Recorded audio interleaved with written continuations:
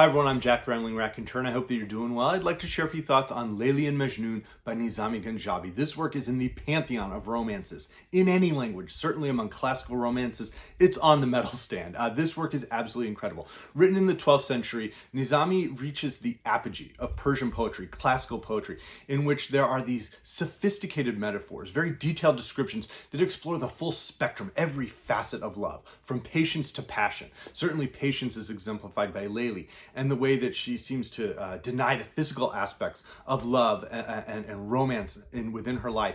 And yet we have all of these metaphors. Yes, animals are involved, pearls are involved, the stars are involved, and yet through all of that, Nizami is consistently reaching towards the depth of human feeling. And that's what makes this a work that has been read and reread across nearly a millennium now. So I wanted to just give a sense right away of what's going on.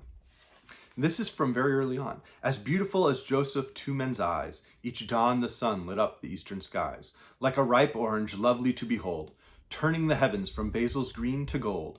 Layli sat with her chin propped on her fist, so beautiful that no one could resist. Her loveliness, and like Zuleika's maids, who cut their careless hands with sharpened blades. Those seeing Layli's beauty felt such thirst, they were like pomegranates fit to burst. When Caius caught sight of her, his face turned sallow, as if it shared the dawn sky's golden yellow. Their mingled scents were sweet, as though no care or sorrow could survive when they were there. But even so, their mingled bitter cries proclaimed their sadness to the morning skies. Love came, its sword did not discriminate, but cleared the house and left it to its fate. It took their hearts and gave them grief and made them anxious and bewildered and afraid. Their promised hearts became the subject of gossip that spread the rumor of their love. And that's on page 7 of the book. Right away, Nizami wastes no time. He gives us a very quick setting, and then immediately we are introduced to our two titular characters, Layli and Caius, who will become Majnun. And he spends time immediately saying these two are in love with each other. They know it right away. There's nothing about their relationship that is, hey, it's friends to lovers or anything like that. It's immediately true. They recognize it immediately. That spark is there. And so it bursts into flame, and almost immediately it unravels. Majnun does not seem to be competent almost to deal with the intense nature of this passion. He seems to almost obsess over Layli. And so her father says, absolutely not. And so Majnun is just driven off. And there are different ways in which people try to sort of bring him to his senses. And Nizami is very careful to show that Majnun can be destructive, that this romance can be not just that there's a physical nature to romance and passion, but also that it can be violent and destructive. There is an actual battle fought on behalf of Majnun to win Layli's hand for him. And people die for this.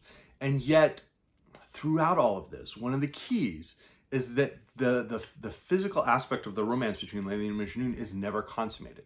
As much as they love each other from their very young, adolescence all the way into their adulthood, as much as they love each other, they never actually consummate this relationship. They think about it. They look towards each other. And there's a sense in which they never consummate a passion with anyone. Layli is married, and that doesn't seem to want to stop Majnun. That in a sense is what gives rise in part to the battle. But she never spends a night with her husband. And even when Majnun is able to get closer to her, he finds that he can't come within about 10 steps of her. Something seems to stop them. And so Nizami's very careful in how he writes this poem, but he never veers away from using language to really examine the world and examine emotion and examine consciousness. How do we grapple with desire and with the destruction that can come with our desires? But he's also very interested in the way that Majnun, as a singer, as a poet, is in a sense going to create the legacy of their romance. They won't have any children together, but their names will be remembered forever. Their line will be remembered forever because of the poetry that comes with Majnun the singer. And so Nizami also introduces these ideas, where Majnun at one point is talking to a raven, and he famously is associating the raven and its dark feathers with the darkness of Layli's hair, and he's working through different metaphors around it. Its blackness was as dark as Layli's hair, and seemed a sign of heartfelt deep despair. It sat there silent, sharp-eyed, watching him, a jet-black stone within a turquoise rim. Majnun thought, "This black traveler seems to be a stricken being who is much like me." He cried, "Hey, tell me why you're dressed in black like this. What's made you so depressed? Why are your clothes so dark? The day is bright. What's made you choose to be as dark as night? Grief's fire has charred my heart, but why are you dressed in this melancholy mourning hue?" And he almost seems to taunt the raven, saying, "I feel the way you look. Why did you choose to look this way? I know how I feel right now. And if I feel the way you look, why would you choose this? I wouldn't choose this for myself." And the way that he seems to almost debase himself at times and just lash out at the world around him. He is isolated from society. No one wants to spend time with him. His father tries to take him on a pilgrimage to Mecca. And all he can think of is that later on to say to Layli that she is his Kaaba, that she's the way he wants to, he orients himself every night when he falls asleep, looking towards where he thinks she is, rather than orienting, and comparing that to the way that a Muslim would orient himself or herself towards Mecca to pray. And so the way that he's almost blasphemous, frankly, in the way that he is passionate is quite astonishing. And he wants to scream at this raven at times. He says, "Say to her, hurry, when the eyes are gone, applying coals no good to anyone. And when the wolf has seized the lamb, how can a shepherd shouting help the wretched man? When once a flood has swept away a wall, no iron or plasters any use at all. A rock-strewn, barren field cannot bear crops, whether rain never comes or never stops." He shot his speech's dart so forcefully. The startled raven flew from tree to tree. Majnun spread wings of all he had to say. The raven spread its wings and flew away. His vehement ranting made the bird desert him. The raven left, and this surprised and hurt him. And so Nizami is giving us this incredible passion, and yet at the same time constantly noting this is the danger of love. This is the dangerous side. And so the patience that Layli represents becomes almost this other aspect to love, and this aspect to love that is true and critical, that there is this element of denial to our desires within life. And that's something that he pushes at from this philosophical side across the poem. And it's very effective. He's very careful in showing these are two people who love each other. Here's the destruction one can cause. Here's all the lives that are lost. Each of Majnun's parents dies, essentially feeling that they've totally been abandoned by their son, who's abandoned himself to his passions. And yet Nizami is very careful. As much as he shows the destruction of this love, he also is never really condemning Majnun. He's never saying, hey, this guy needs to get it together and go find someone else. There's this aspect of, what? Kind of all feel this way at times. So many of us feel this way at times, and we don't necessarily give vent to all of our feelings the way that this Majnun character does. Yes, it's a stock character in romance, but there's a real truth and authenticity to the way he feels. He seems to give expression to what so many of us have felt in moments in our lives. At another point, Majnun uses, as I said, he uses language all the time to describe Layli. The way that the darkness of her hair compared to the raven, in another way, she's like a cypress tree. He goes, "I passed a group of dwellings yesterday and saw there, to my wonder and dismay, a lovely woman sitting by the road. Despite her linen veil, it seemed she glowed more brightly than the sun, a cypress tree, lovelier than any cypress tree could be. A garden, but a garden to suffice, to be the garden of God's paradise. Her voice was sweet and liquid like a stream that lulls all other streams to sleep and dream. Her eyes like doe's eyes, whose dark gaze would make a lion lie down, dazed and half awake. She seemed an alphabet of loveliness. Curved letters were the curling of each tress. Straight letters were her statue, and her lips were like a letter formed as an ellipse. And all the letters that made her like that bowl, that showed the world as an enchanted whole. Her eyes were like narcissus flowers that grow beside a stream whose waters gently flow. Her eyebrows met and made an arch shaped there, so lovely that it was beyond compare. Her breath was sweet as basil, and her nature made her a magical, enthralling creature." And just think about how many different metaphors he works through there. She's the stream, she's the doe eyes that lulls the lion to sleep. She's now, the characters within script. And the details there, we learn that, hey, within this culture, eyebrows that meet in the middle, that's considered a very attractive and beautiful thing. And that's part of what makes reading any, work from another language or culture really interesting, is you get this window into the culture. You learn little details that you wouldn't necessarily pick up on just from conversation or from our lives that we live each day. And so that's one element of it. But what's frankly astonishing with Nizami is how quickly and swiftly he moves through different metaphors and comparisons. The imagery is so specific, and it's just constantly on the move. It's absolutely incredible.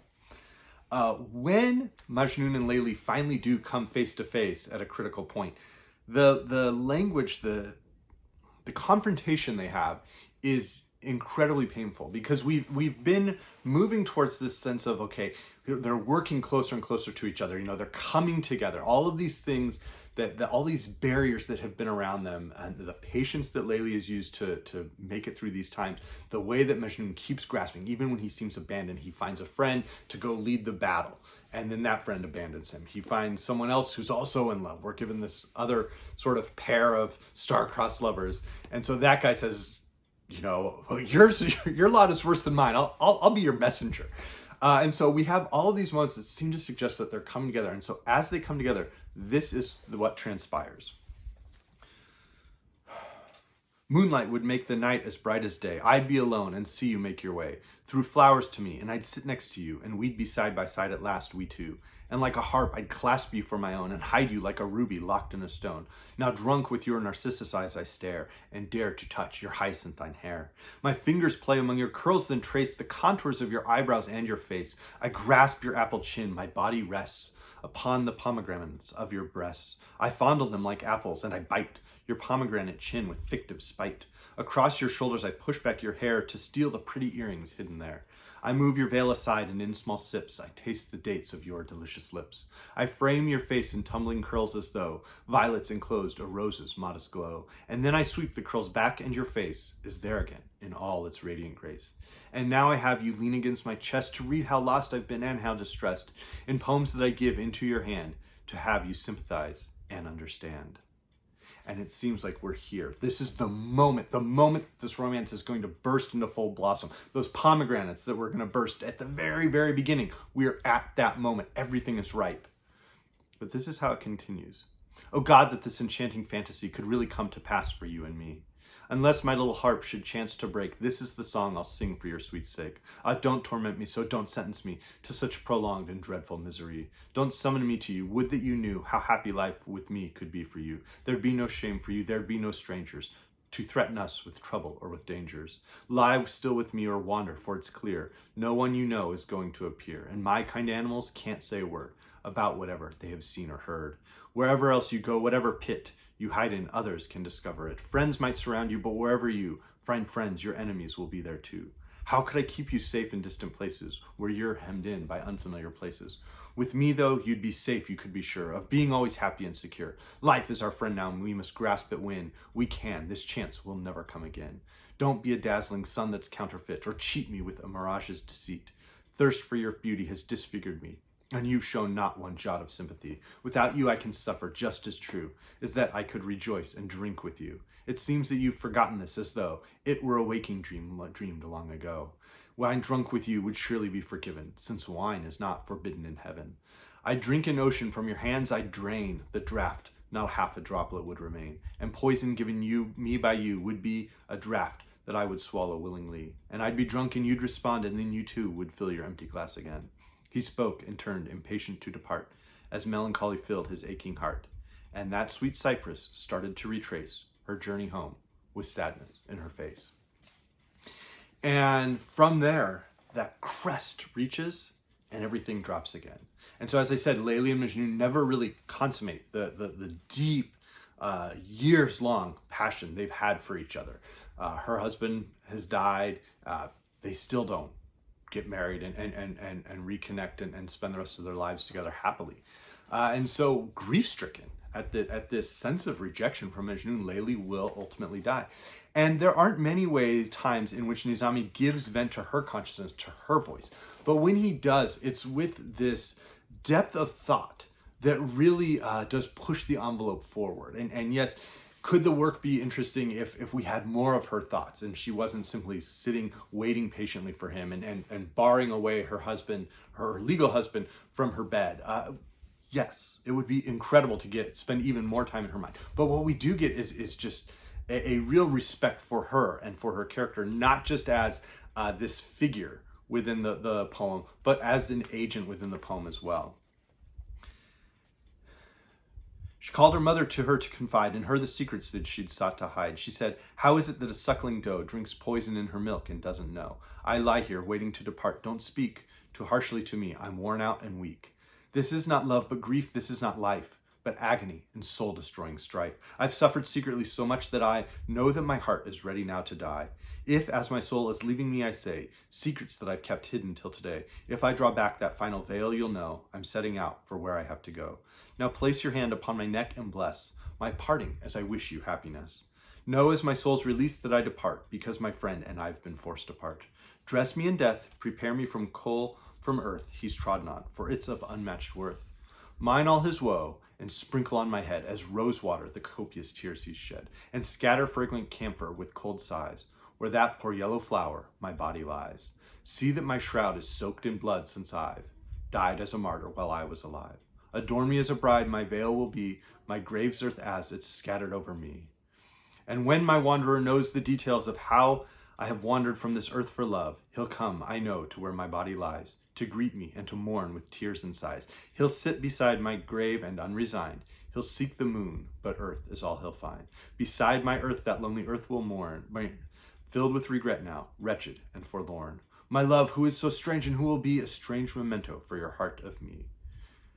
And so as she's dying, she gives these discussions around what's going to happen after she dies. And indeed, that is what happens.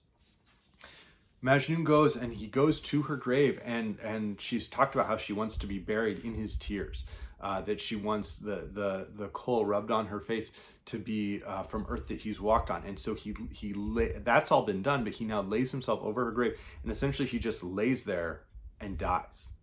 And we have this sort of Romeo and Juliet style ending. Certainly this precedes Shakespeare by nearly half a millennium. But as he lays over her, as his body dies, Majnun had left the world and was now free of others' ridicule and mockery. His eyes were closed now as he slept beside the cradled body of his sleeping bride. And sleep was like a recompense that cured the worldly sorrows that he had endured. He lay like this a month at least, I'm sure, and some have said it was a year or more. His animals had gathered all around him and formed a guardian phalanx to surround him, as if they were the guards who watch and wait beside a dead king as he lies in state, making his catafalque a place of rest, a house of comfort, and a kindly nest. These guardians made passers-by retreat in fear of what might happen if they came too near, so that they'd hover round and then hold back, as if afraid that hornets might attack, thinking the stranger they could see lay there for some strange reason that he didn't share. A king, perhaps, with posted guards to see, no one intruded on his privacy, not knowing that the stranger king was dead. Time's wind had blown his diadem from his head. His corpse was drained of blood, and all his bones were scattered pearls dispersed in dust and stones.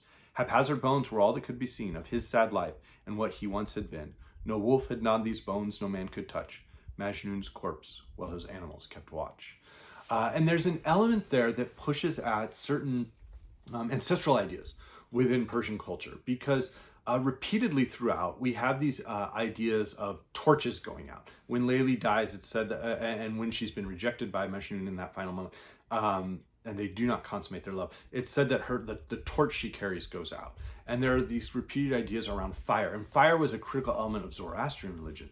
And another critical element was that in burial for the dead, as I've been able to learn, they would expose the corpses, and essentially what happens to Majnun is what would happen in traditional Zoroastrianism.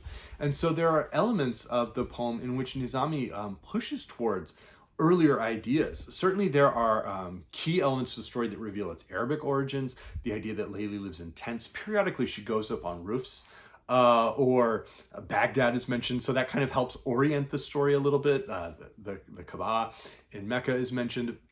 And so that, as I said, helps orient the story in at least the 7th, 8th century and forward. But there are these elements of older Persian culture that come through, elements of Parthian culture perhaps, and Zoroastrian religion, that come through in the poem, and that, again, I said, add that level of detail, that interest in what's occurring. But there's also the philosophy around the poem, and it's very powerful in many ways. After Layli has died, but before Majnun dies, as he goes towards it, there's this aspect of the poem in which Nizami almost reveals these moralizing aspects, and he's very careful to at times be a moralist. It's something that is unique in a sense to something he's introduced compared to, say, Ferdowsi or Gorgani, earlier Persian poets who had preceded him. But he can be a little bit more moralizing. But he has this one element that really seems to be very comparable to the Rubaiyat of Omar Khayyam. No one avoids the horror that attends the moment when oblivion's highway ends. And who is there who can escape the way time moves forever onward day by day? The world is like a fire that grills its meat and salts the wounds before it deigns to eat. No life's not answerable to sorrow's laws. No face remains unscratched by cruelty's claws. You are like a lame ass toiling in a mill that turns the millstone and is never still. So quit the mill, but this will happen when you quit the world itself, and only then. Why linger in this flooded house? Don't wait. The flood's here. Leave before it is too late. And leave before the heavens have destroyed the bridge that carries you across the void. There blows within the navel of the world the wind of nothingness in which we're hurled. Don't boast of what you are, since all your life is nothing but that tumult's windy strife. So leave this world, make haste now, don't delay. The caravan's already on its way. This seven-headed dragon twists around you till all its writhing, crushing coils surround you. If any part of you should hesitate, don't think you'll get away now, it's too late. This ancient crone displays her dragon nature. She's all in all, this savage dragon's creature. Leave this false world, this foul, notorious thief, light-fingered and unworthy of belief. Don't act unrighteously, you'll be the one who suffers for the evil things you've done. Commit your heart to truth and never fear whatever threats or dangers might appear. Get off your high horse, modestly confess your inability, your powerlessness. Act humbly, and the lion of death will be your comforter and not your enemy. And so there's an aspect to the poem that almost seems nihilistic, but there's a way in which it is perhaps also revealing Sufi elements, that it is the denial of this world, that it, in a sense, the concept of dying to this world, not being worried about what's happening in this world, is the only way to find happiness, because we will always be disappointed. We will always feel crushed. That life will turn on us eventually, and we'll have heartbreak. We'll have the denial of desire. And if we choose the denial of our desire, perhaps we're happier. But there is a slight difference at the very, very end. And so the messenger, Zayd, who had spent time there with Majnun and running the messages to Layli, he comes and sees sort of the grave, and he has this dream where he sees Layli and Majnun together in heaven. And as the poem ends, he says, when morning's candle lit the flame that burned, the harvest of the night and day returned. Zayd woke up from his dream state and revealed secrets that hitherto had been concealed. Who said, whoever knows that world will tread on this world's joys and leave them here for dead. This world is fleeting, empty, and unsure. That world is everlasting, safe, and pure. Better to choose eternity than be consigned to dust and vain futility. Beware, see that the rose for which you're born does not transmogrify into a thorn. Don't seek for jewels here that you'll never find. It's not in this world that such jewels are mine. Commit yourself to love and so renew your spirit and escape from what was you. If love is like an arrow, see you hit the longed for target. Don't fall short of it. Love will undo the tangled knot of being. Love saves us from the whirlpool of self-seeing. Love's sorrows are a medicine that will give health to the soul, not harm, and help it live. Love makes life's bitter draughts taste sweet when she urges them on us so appealingly. And though they disconcert a man, he takes them, knowing they're good, since it is love that makes them. And so, despite this horrifying sense of almost, as I said, nihilism there towards the end, right before Majnun dies, we then have Zayd's dream, and this sense of, well, yes, we can deny everything, but love can also make everything a bit more appealing. And that is a testament to the beauty of Nizami's poetry, the strength of this poem, that he's ambiguous, even there at the end. He gives us two avenues to believe. Is it that first ending or the second? Which one is the one that we choose to remember, as we certainly remember the story of Layli and Majnun? And it is a poem that has been remembered, certainly by classic rock fans, because Eric Clapton read this, and it's the origin for Layla. In fact, I believe it was the B-side to the Layla single. He even gave Nizami the credit on the actual lyrics. And so it's certainly we've perhaps heard it as Layla, but Dick Davis in his translation notes that throughout Nizami would have been rhyming it with the Persian word for tree, so he's gone with Layli. Vincent Ramin is a massive work that certainly is going to feel close to what Nizami was working on. Gorgani, as a poet, was a clear influence on Nizami, and they each take different avenues to approach romance. Gorgani is not nearly as moralizing, and perhaps provides a bit more of Visa's psychology, but his ornate wordplay and metaphor doesn't follow quite as rapidly as Nizami does from line to line to line. He develops this a little bit more thoroughly. As I had mentioned, the Rubaiyat of Omar Khayyam feels very close to aspects of the philosophy that Nizami's character Majnun reveals.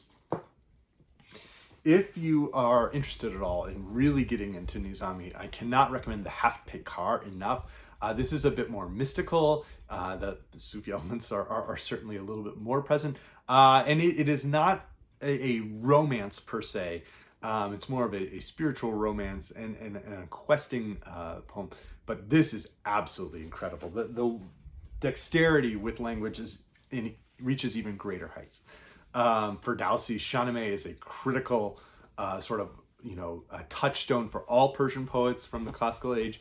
And there are references that abound to moments within the Shahnameh throughout Layli and Majnun. As well, the Sufi poem, Conference of the Birds from Attar, is, I think, very critical. I'll link the videos to the links to my videos on Conference of the Birds and Vincent Ramin in the description box below. But these are certainly works to seek out and spend time with. Penguin, a couple of years ago, did The Mirror of My Heart, and it's an anthology of poetry from Persian women. And so this is very, very excellent as well. If you've never read the Quran, there are elements, particularly the stories around Joseph, a couple of other elements that are referenced pretty explicitly. Tarif Khalidi's translation is fantastic. Thinking of sort of classical poetry, romantic poetry across the Middle Ages, I of course thought of Brontë, the French troubadour poems in Occitan, translated by Paul Blackburn. I'll link my video to this as well. A great comparison would be between Persian writing and Greek writing would be the Greek Alexander romance, which is much less wordy and more of a narrative that we're used to. And thinking of other romances that involve destruction, I would include the Saga of the Volsungs, though I would say Layli and Majnun is much more developed and fully fleshed out, and I think rewarding as a read than the Saga of the Volsungs, much as I enjoy that. More modern works might be Wuthering Heights, certainly the way that Cathy and Heathcliff end, particularly with Heathcliff like screaming at Cathy's grave. I think that's pretty close. Love in the Time of Cholera by Gabriel García Márquez, and the idea of people who love each other across almost their whole lives. Possession from A.S. Byatt, one of my favorite romances. The Sorrows of Young Werther and Elective Affinities by Goethe reveal a very different side of romance. Certainly with Young Werther we have the destructive side of romance, but I would say that I think the Persian romances actually are much stronger works than what Goethe achieves in his. And then Spring Snow from Yukio Mishima. As I had mentioned, Romeo and Juliet. I think Spring Snow was sort of an attempt from Mishima to work through those ideas as well. I don't know that this is as strong as those others. The influence of Nizami on Persian poetry was impressive. He sort of reached the last peak in a sense, and everyone after him was imitating either Nizami, Gorgani, or Ferdowsi in some ways. Sadi went even into a more ethical direction. But they sort of are the touchstones for all later Persian poets. But as they were translated, the Romantic poets, certainly Lord Byron was a huge fan of the work. And the other one would be that I think there are elements that really compare well with the Emperor of the Sorcerers by Buddhist Famin. And this is a later version of the great narrative within a language that precedes Sanskrit. This was written in Sanskrit, and specifically the long story about the life of Sanudasa and the way that he had sort of thought he was going to be a monk, then he became a libertine, and sort of how his whole life has changed, and now he's here to sort of give advice and be a sage of sorts. He reaches an age that Majnun never does, so this would be another one to pay attention to. So let me know what if you've ever read any Persian works, if you've ever read anything by Nizami. I hope everyone's doing well. Thank you.